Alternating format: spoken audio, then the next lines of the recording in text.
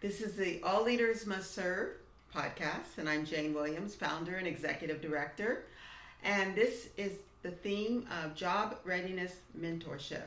And today we're still in the Essentials series, and we're going to be focused on the lenses, which comes right after voices. So, again, I'm introducing Matthew Borelli, our intern from a few years ago, now at Chico State. And happy you're here. Glad to be here.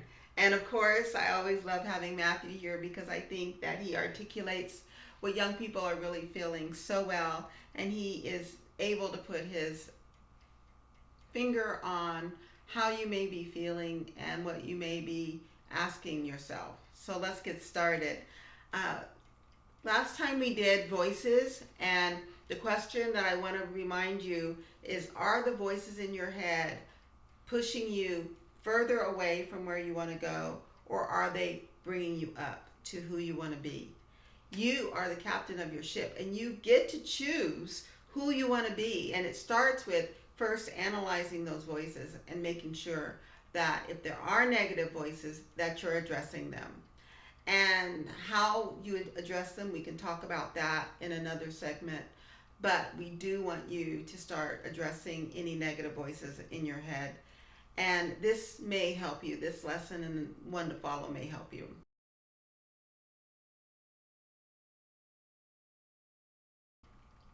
So we call it lenses.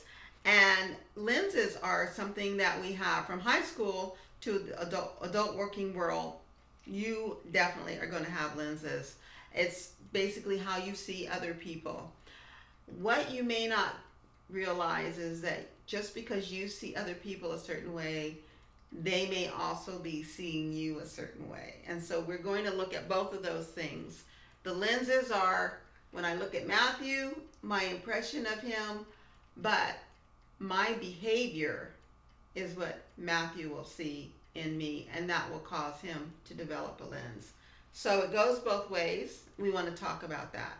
We know that judging people is unfair, and it's not something we want to do.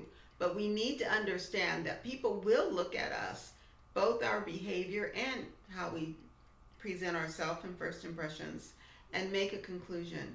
So we are going to quickly go through the lenses, and we want you to think about which one you identify with. Matthew, you have any comments before we get started? You've done this lesson before? Oh, I've done this lesson before, so I think just about ready to get started. Let's get into it. All right. So our quote is, today is the first day of the rest of your life. So who will you be? Well, first of all, we have to look at who you think you may be right now. And if you're in high school, this is going to mean a lot more to you. If you're in the college age level, you may or may not relate to it, but I want you to think about it anyway. Our first lens number one, we're reading this out of our book, so please bear with us. It is the me lens. And the me lens is a self-centered lens. It's a lens where everything is about me. Let me see, how will this affect me? What is in it for me? What do I get out of this? This is an entitlement lens. You expect your parents to do everything for you, and you take that into the adult world, and you continue to want life to be easy. It's all about you, and that is the me lens. So, Matthew, what about the next one? Next lens? Oh, the peer lens. It's friend-centered. You're always thinking, do they like me? What will my friends think, right? Do my friends approve? There's nothing more important in life than being accepted by the right group of friends. Being accepted by friends is the foundation of life. If my friends don't want to do it, then I don't want to do it. Okay. It's a real lack of individuality. Right. And you can have the me lens and think, I'm an individual, but because you're so self-centered, you don't think about other people. So one is not better than the other. In fact, all of these are levels of growth. Right. So when you're a baby born and you start crying, you're in the me lens. I'm wet, I'm sleepy, I'm hungry. That's the me lens.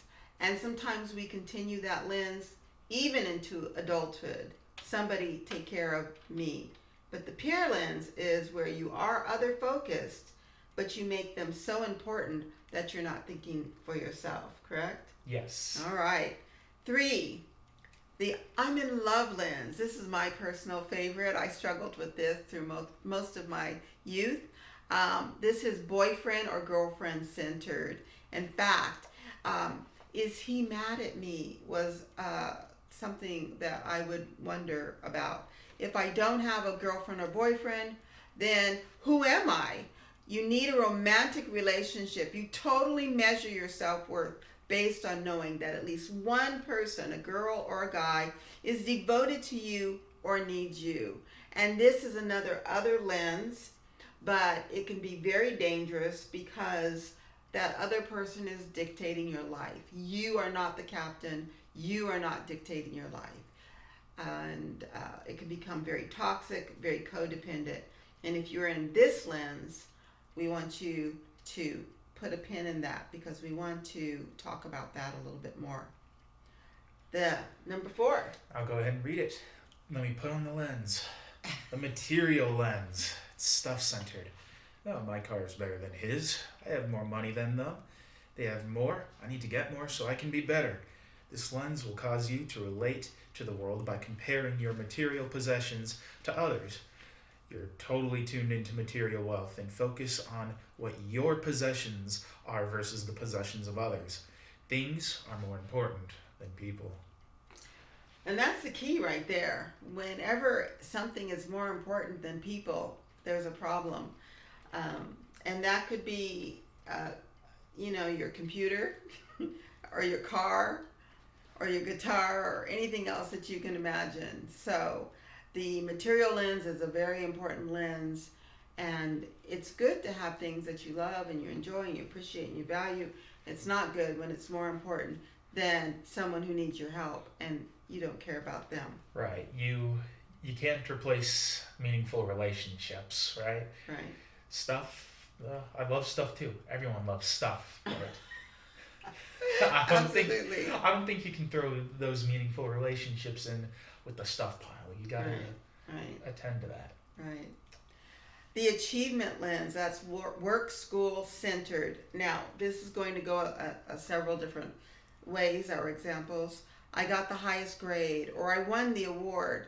I got the promotion. This lens measures self-worth totally as a function of accomplishment and prestige.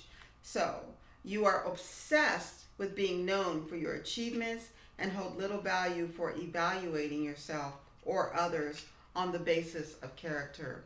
Again, some people want achievement so badly they will cheat. But this achievement lens also does not allow you to look at yourself and say, well, maybe I'm in the wrong and not Matthew. Maybe I said something wrong. Maybe I need to apologize. All it is about self. It's a part of the me lens, and it doesn't focus on caring about other people. Right, and I think this can actually relate to the next lens. Okay. Which is the authority lens. So, it's parent, teacher, and boss centered. I know I'm doing good because they are proud of me, or they can't tell me what to do. This lens is totally focused on how you are relating to those who have authority. You are either obsessed about gaining their approval or equally obsessed with rebelling against their control. I see these two relating a lot because as someone who's had the achievement lens myself, I was always doing it to gain the respect or approval of others, to be good at this thing, even if the being good part was fake, right?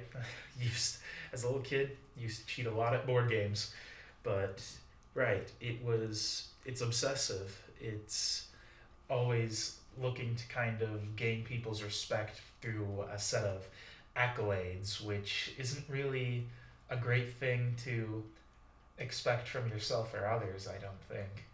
Well, and not just respect but love. Some people, Right. that's how they associate love, is They want to gain their love by achieving and by doing what they want. But I think the bridge over to the authority lens is that oftentimes you want that achievement to be seen by someone in authority. Right. And so that's the teacher, that may be your mom, that may be the boss. It could be, if you have that attached to your peer lens, it could be your peers. So you may do Right. some things that maybe you shouldn't do to gain their respect or love. The other thing about this lens is very interesting. I recently had a young man who had an authority lens, and anything we asked him to do, he resisted it. Hmm.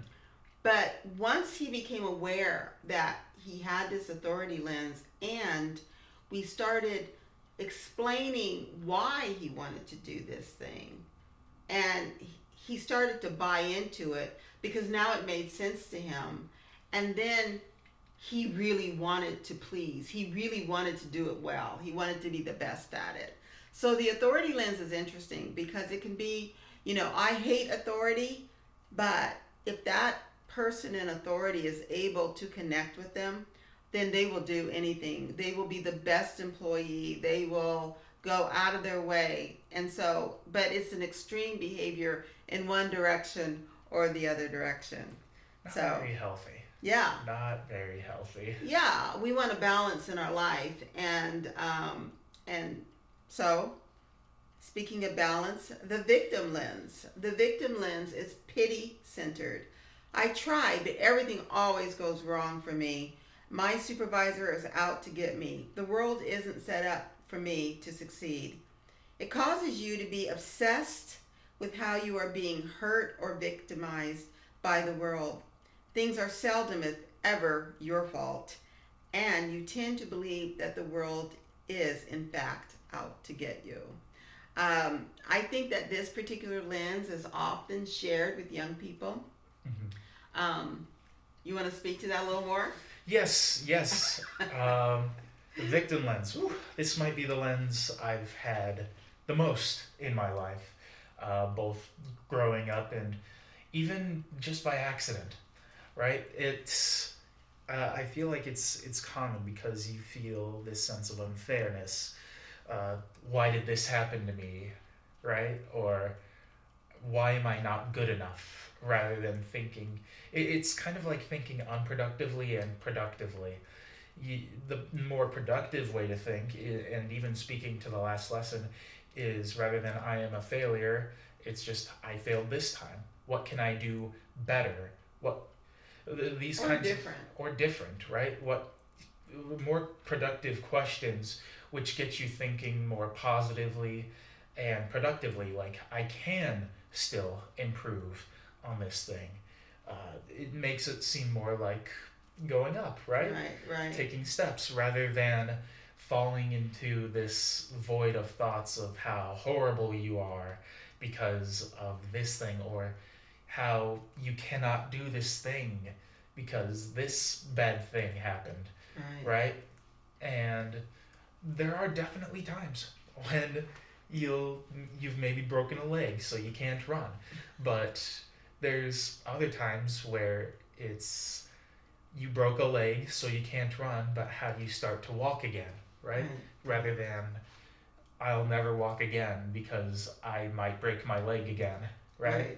That's the kind of Well, you're perspective. moving into a different lens right now because these last three are very tied close together.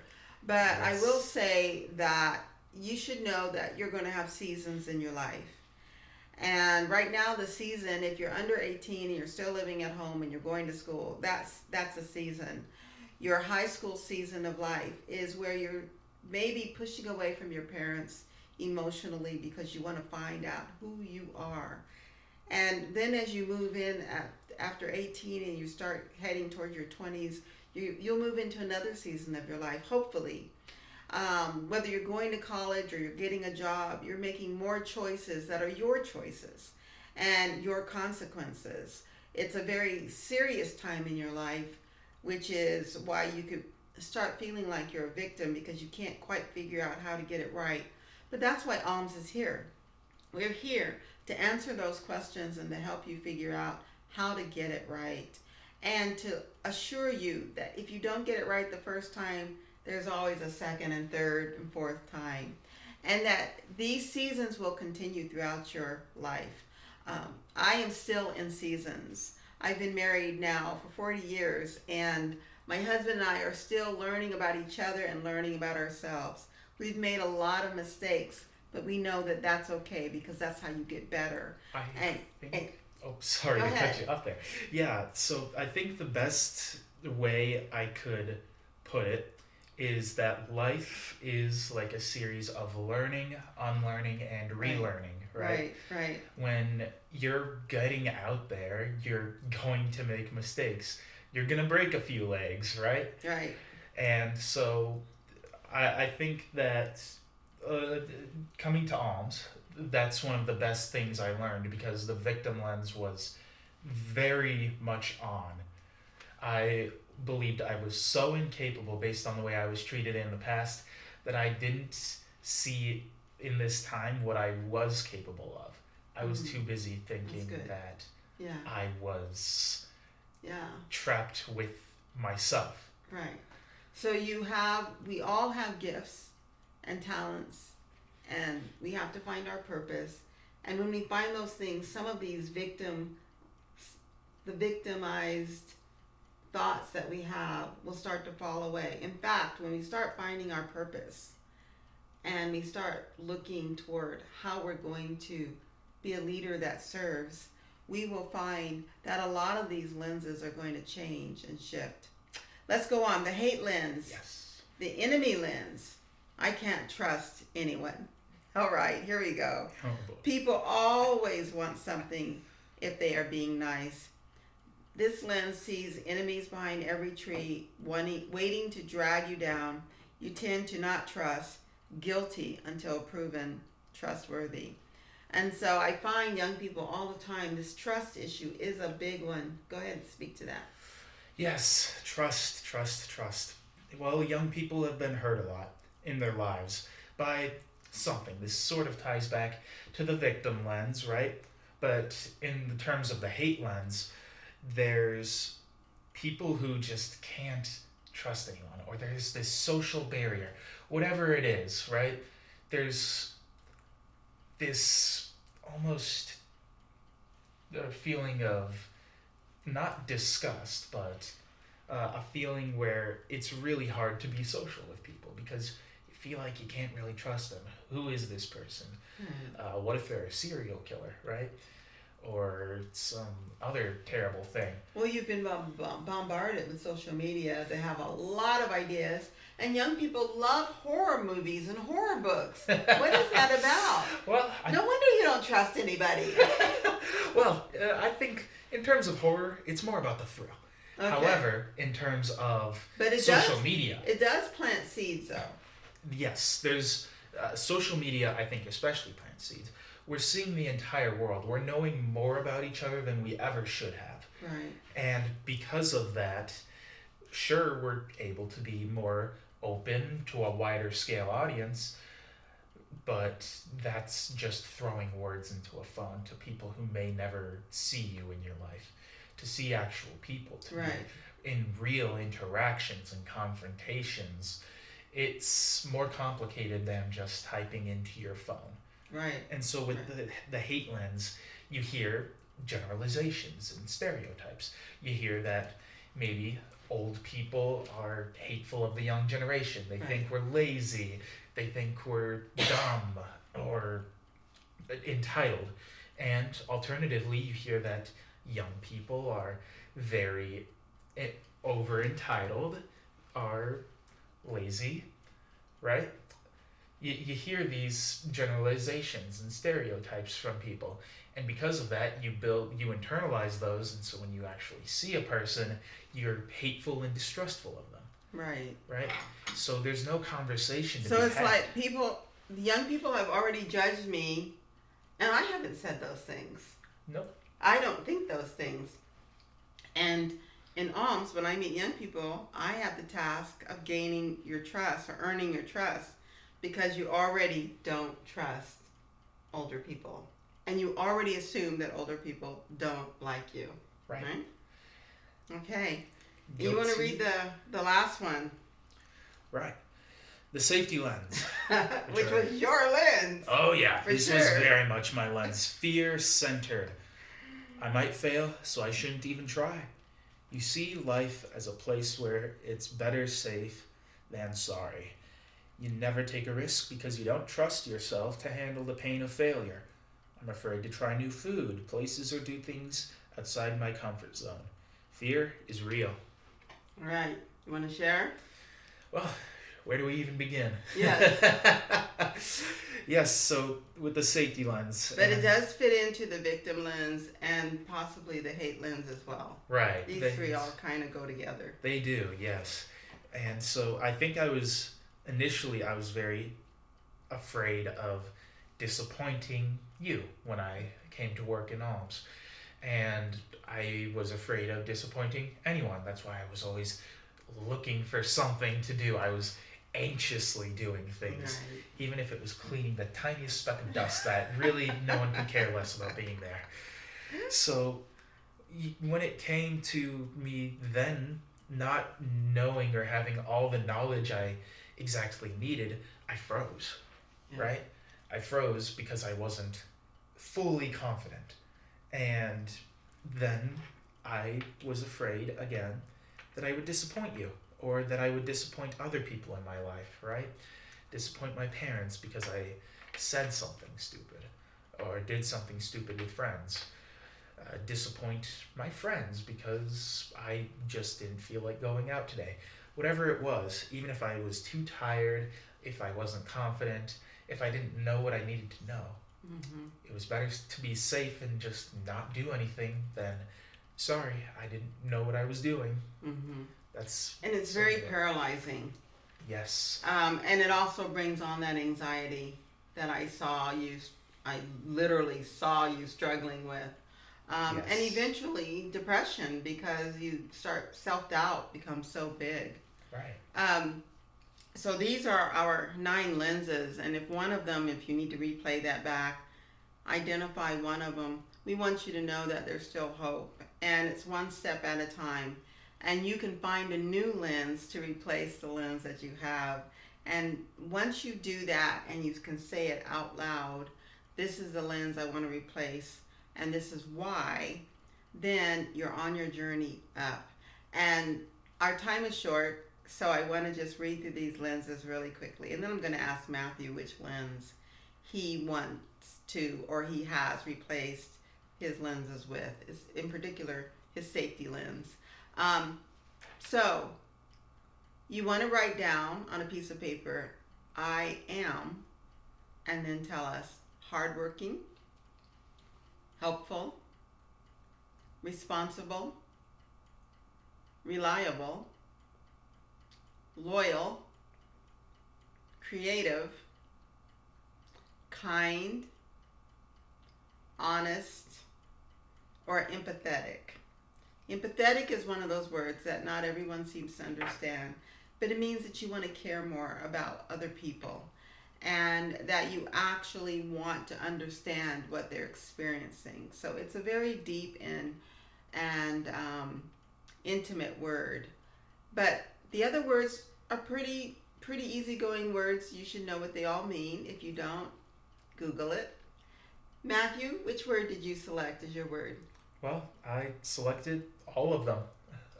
Well, your top word. My top And we'll even word. give you a top 3. How about your top 3? A top 3?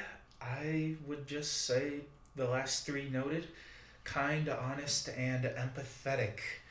Okay. And the reason I chose those is because I want to be kind, treat people the way that I want to be treated, right? Honest, be real, keep it real. The best advice I've ever gotten has been honest advice. And empathetic, to be understanding of others and to treat them the way I'd like to be treated, right? Right. It's the golden rule. So that's a saying that we say a lot in ALMS, is treat people the way you want to be treated. And if you do that, you will never go wrong, because we all know how we want to be treated. even if we don't like ourselves or we're working toward that, we know we don't want to be mistreated. And so let's give that to others. Thank you for joining us today. I want to say that this is possible through the community of Woodland, California, who give us the funds to stay open. And feel free to go to our website if you want to give. It's www.allleadersmustserve.org. Thank you again for being with us today. You guys are fantastic. Thank you.